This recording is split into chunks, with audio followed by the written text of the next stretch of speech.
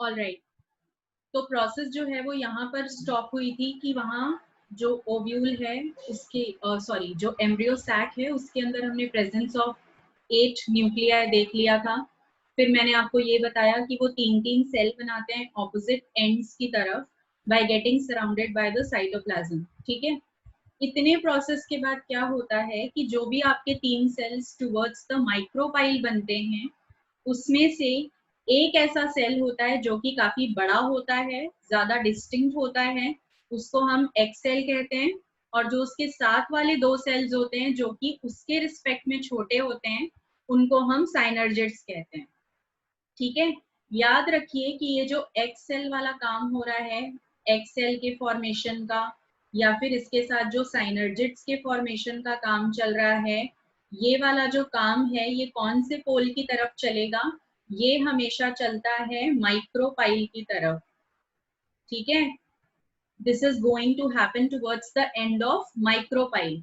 अब आप सोचेंगे कि जो बाकी के 3 सेल्स बचे जो कि चलाजा की तरफ होते हैं उनका क्या फेट होता है? तो जो सेल्स यहाँ पे आपको मिलेंगे किसकी तरफ? जो यहाँ पर आपको मिलेंगे चलाजा की तरफ, वो वाले जो 3 सेल्स होते हैं उनका जो नाम होता है वो हो जाता है एंटीपॉडल्स। क्लियर? उनका नाम हो जाएगा एंटीपॉडल्स। तो दोनों तरफ आपके पास 3-3 सेल हो गए और जो 2 न्यूक्लियाई सेंटर में थे उनके बारे में तो ऑलरेडी मैंने आपको बता दिया कि जो यहाँ पर सेंटर में प्रेजेंट हैं, ठीक है, जिनका प्रेजेंस आपको यहाँ कहाँ पे दिखाई देगा? सेंट्रल पोजीशन पे दिखाई देगा, उनको हम पोलर न्यूक्लियाई कहते हैं। तो अब जो आपका ओवरऑल स्ट्रक्चर बना वहां पे आपको क्या क्या दिखाई दे रहा है? आपको दिखाई दे रहा है कि 3 ऐसे सेल्स हैं जो कि सिमिलर हैं, चलाजा की तरफ हैं, वो एंटीपॉडल्स हैं। 3 ऐसे सेल्स हैं जिसमें से एक अलग है जो कि एक्स सेल है, बाकी के 2 उसके रिस्पेक्ट में छोटे हैं और वो साइनर्जिड्स हैं। ये तीनों प्रेजेंट है माइक्रोपाइल की तरफ। सेंटर में 2 पोलर न्यूक्लियस हैं और ये जो 2 पोलर न्यूक्लियाई हैं ये जो एक अलग से सेल में प्रेजेंट है वो सेंट्रल सेल है। इतनी चीजें अब आपको एम्ब्रियो सैक के अंदर दिख रही हैं। तो अगर इतना प्रोसीजर हो चुका है तो आफ्टर दैट आप ये चीज यहाँ डायग्राम में देख लीजिए, फिर मैं आपको दूसरी बातें भी बताती हूँ। ये प्रोसेस अभी अभी हमने सीखा। हमने क्या सीखा कि यहाँ पर डिफरेंट सेल्स होते हैं जो कि ऑपोजिट पोल्स पे बनेंगे। उनका फॉर्मेशन हमने कैसे देखा था कि एक आपका मेगास्पोर था, उसके अंदर एक हैप्लॉइड न्यूक्लियाई था। सबसे पहले उसने माइटोसिस के थ्रू 2 न्यूक्लियाई बनाए जो कि पोल्स पे चले गए। ठीक है, तो जब ये पोल्स पे चले जाएंगे तो आपको क्या पता चलेगा कि एक होगा माइक्रोपाइल की तरफ। इस डायग्राम के अकॉर्डिंग माइक्रोपाइल ऊपर है, याद रखिए। ठीक है, माइक्रोपाइल, और दूसरा चला गया चलाजा की तरफ। अब लेटर ऑन यहाँ पर क्या हुआ, जब इस वाले स्टेप से आप अगले स्टेप में आए या आप उसके आगे के स्टेप में गए तो यहाँ पर क्या होता चला गया? यहाँ पर फर्दर माइटोसिस होता चला गया। ठीक है, and because of those successive mitotic divisions जो आपका एक न्यूक्लियाई था that ultimately got converted to 4 nuclei at one pole and the other 4 nuclei at the other pole. ठीक है, इतना काम हुआ। अब याद रखिए, फिर से मैं कह रही हूँ, इस डायग्राम के अकॉर्डिंग जो माइक्रोपाइल है that is on the upper side and chalaza नीचे की साइड है। ठीक है, तो अब आगे क्या हुआ? जब ये 4-4 न्यूक्लियस वहां पर बन गए, मतलब ओवरऑल 8 न्यूक्लियस वाली स्टेज आ गई, तो मैंने आपको बताया कि इनके अराउंड क्या होना स्टार्ट होता है। अगर इस प्रोसेस में आप देखोगे तो यहाँ पे स्टार्ट होता है डिपोजिशन ऑफ साइटोप्लाज्म। ठीक है, यहाँ पे क्या हो जाना स्टार्ट हो जाएगा? Deposition of cytoplasm around the nuclei.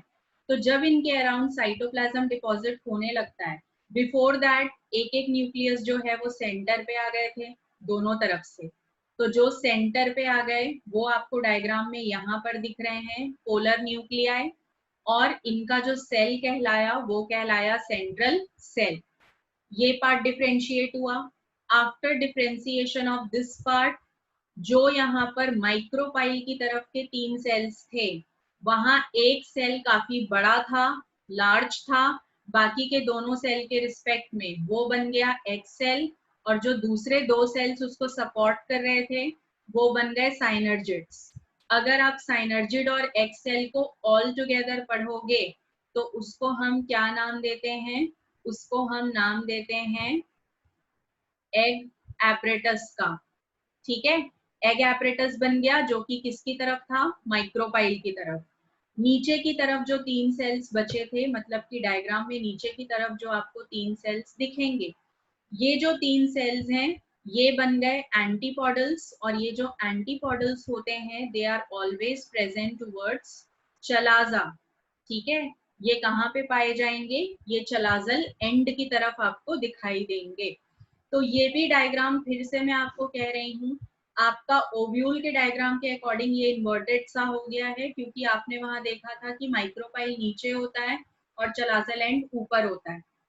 ठीक है, बट इस डायग्राम के अकॉर्डिंग एम्ब्रियो सैक जो है वो पलट के बनाया गया है। दैट इज द रीजन आपको माइक्रोपाइलर एंड ऊपर दिख रहा है और चलाजा नीचे। ये डायग्राम मैंने आपके लिए इसलिए पुटअप किया है क्योंकि एनसीईआरटी में बिल्कुल ऐसा ही शो किया गया है, तो तब आप कंफ्यूज हो जाओगे कि चलाजा तो ऊपर होता था। ठीक है, तो please keep this in mind जब भी आप इस डायग्राम को स्टडी करो, कि यहाँ पे आपका माइक्रोपाइलर एंड कौन सा है और चलाजल एंड कौन सा है।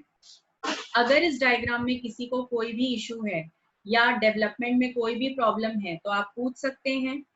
अब जब आप मैच्योर एम्ब्रियो सैक देखोगे तो मैच्योर एम्ब्रियो सैक में you will be surprise to know कि आपके पास जो नंबर ऑफ सेल्स हैं और जो नंबर ऑफ न्यूक्लियस हैं वो अलग अलग होते हैं।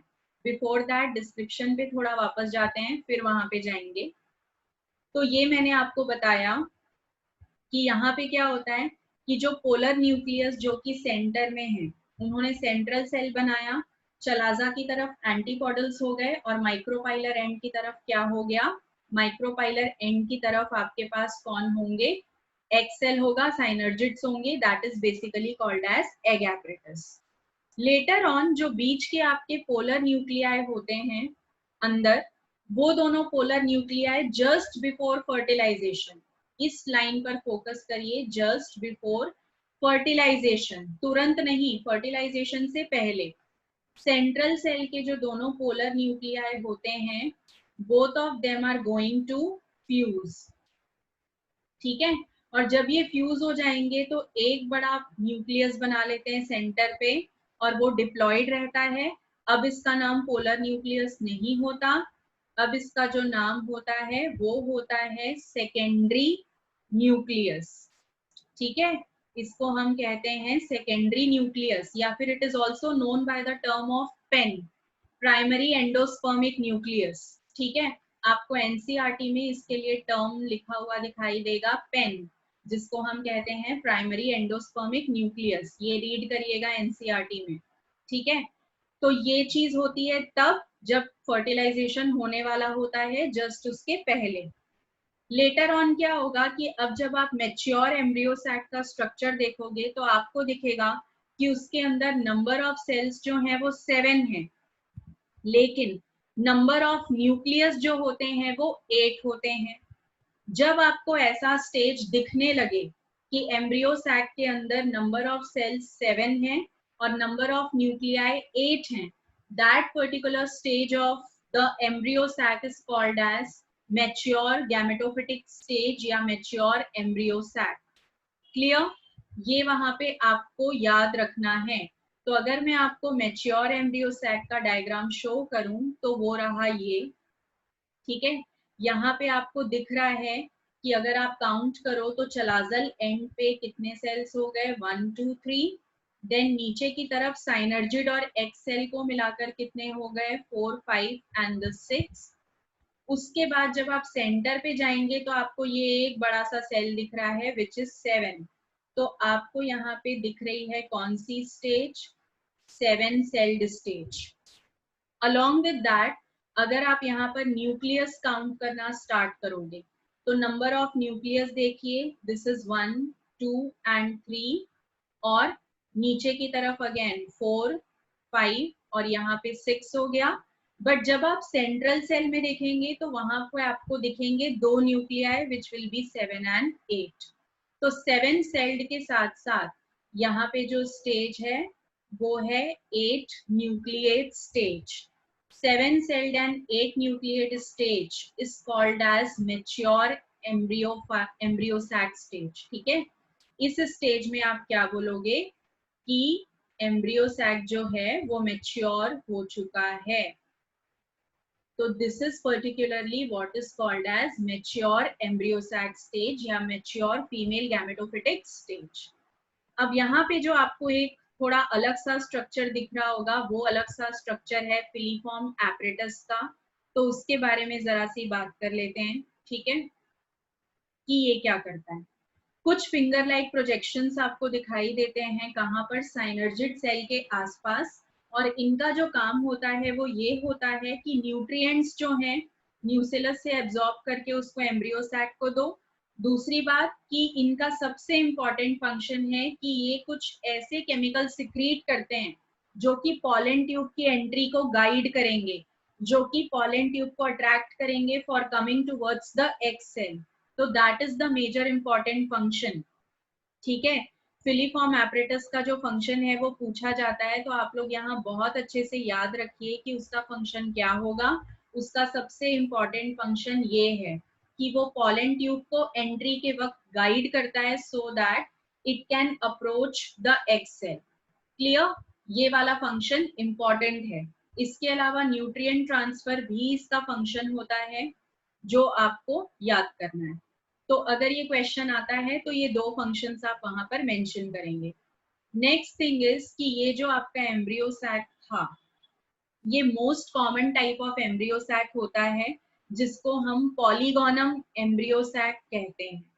ठीक है, पॉलीगोनम एम्ब्रियो सैक इसीलिए कह रहे हैं क्योंकि ये वाला जो एम्ब्रियो सैक का टाइप है ये सबसे पहले डिस्कवर किया था स्ट्रासबर्गर ने। और कौन से प्लांट में डिस्कवर किया था, पॉलीगोनम प्लांट में डिस्कवर किया था। तो दैट इज द रीजन कि इसको हम कहते हैं पॉलीगोनम एम्ब्रियो सैक। अब it is the most common type of angiospermic embryo sac, इसीलिए आपको ये पॉइंट याद रखना है। अब जो polygonum type of embryo sac होता है उसका फीचर क्या होता है, उसका फीचर होता है कि वो एक मेगास्पोर से ही डेवलप करता है पूरा का पूरा। जैसे कि अभी आपने डेवलपमेंट में देखा कि एक मेगास्पोर से पूरा का पूरा एम्ब्रियो सैक डेवलप हुआ। इस तरीके की डेवलपमेंट को कहा जाता है मोनोस्पोरिक डेवलपमेंट, या फिर type of the embryo sac will be monosporic embryo sac. ठीक है, उसको क्या कहा जाएगा, मोनोस्पोरिक एम्ब्रियो सैक। ये हो गया। इसके अलावा जो फिलीफॉर्म एपरेटस है उसका फंक्शन भी क्लियर है। तो अभी इस डायग्राम तक अगर किसी को कोई भी डाउट है तो आप पूछ लीजिए। ये डायग्राम फिर से आपके सामने है, इन केस अगर किसी को कोई भी प्रॉब्लम है तो आप पूछ सकते हैं। और अगर कोई डाउट नहीं है देन एटलीस्ट रिप्लाई नो, ताकि हम आगे पढ़ सकें। जल्दी से बताइए किसी को इस डायग्राम तक कोई भी इशू है, कोई भी प्रॉब्लम है, any problem in this diagram. Mature embryo sac का जो डायग्राम है यहाँ पे किसी को कोई भी इशू है, पूरा प्रोसेस एक बार आप रिकॉल करिए अपने दिमाग में, कैसे डेवलपमेंट हुई, कैसे हम इस स्टेज तक पहुंचे हैं। ये वाला जो डायग्राम आपको यहाँ पे दिख रहा है मेच्योर एम्ब्रियो सैक का, that is very very important. इसको आप एनसीईआरटी से बहुत अच्छे से पढ़िएगा क्योंकि ये नीट पॉइंट ऑफ व्यू से भी इम्पॉर्टेंट है, थ्योरी पॉइंट ऑफ व्यू से भी इम्पॉर्टेंट है, कभी कभी केवल इसका डायग्राम बनाने के लिए आ जाता है। इस पूरे चैप्टर के अंदर मेरा आपको सजेशन होगा कि एनसीईआरटी डायग्राम्स पे खास फोकस करिए। ठीक है, और एनसीईआरटी रीडिंग पे भी फोकस करिए।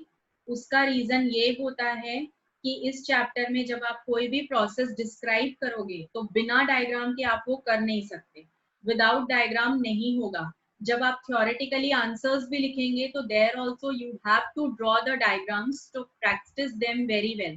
पूरा प्रोसेस जब आप पढ़ रहे हो तो साथ साथ उसका डायग्राम देखो, वो भी आपको लर्न होना चाहिए। ठीक है, जब यहाँ से नीट में क्वेश्चंस बनेंगे तो वो जो क्वेश्चंस होंगे डायग्राम की डायरेक्ट स्कैनिंग के थ्रू आते हैं, तो आपको पता होना चाहिए कि एनसीईआरटी ने कहाँ पर क्या लेबल किया हुआ है। अब इस डायग्राम से कैसे क्वेश्चन बन सकता है, सपोज ये जो पोलर न्यूक्लियाई वाला पार्ट है ये वहां पर मिसिंग रहेगा, इसके जगह आपके पास लिखा रहेगा ए, ठीक है। फिलीफॉर्म एपरेटस जो है ये मिसिंग रहेगा, इसकी जगह लिखा हुआ होगा एक्स, ठीक है। अब क्वेश्चन में वो आपको डायग्राम दे देगा जिसमें आपके पास ए और एक्स प्रेजेंट है, और आपको ऑप्शंस में से क्या चॉइस करना होगा, आपको ऑप्शंस में से चॉइस करना होगा कि ये ए क्या है और ये एक्स क्या है, ठीक है। तो अलग अलग ऑप्शंस होंगे, you have to find out the correct one. Diagram से ऐसे क्वेश्चंस बनते हैं, तो have a focus on NCERT diagrams and have a focus on reading the NCERT as well. Clear? 7 celled कैसे है?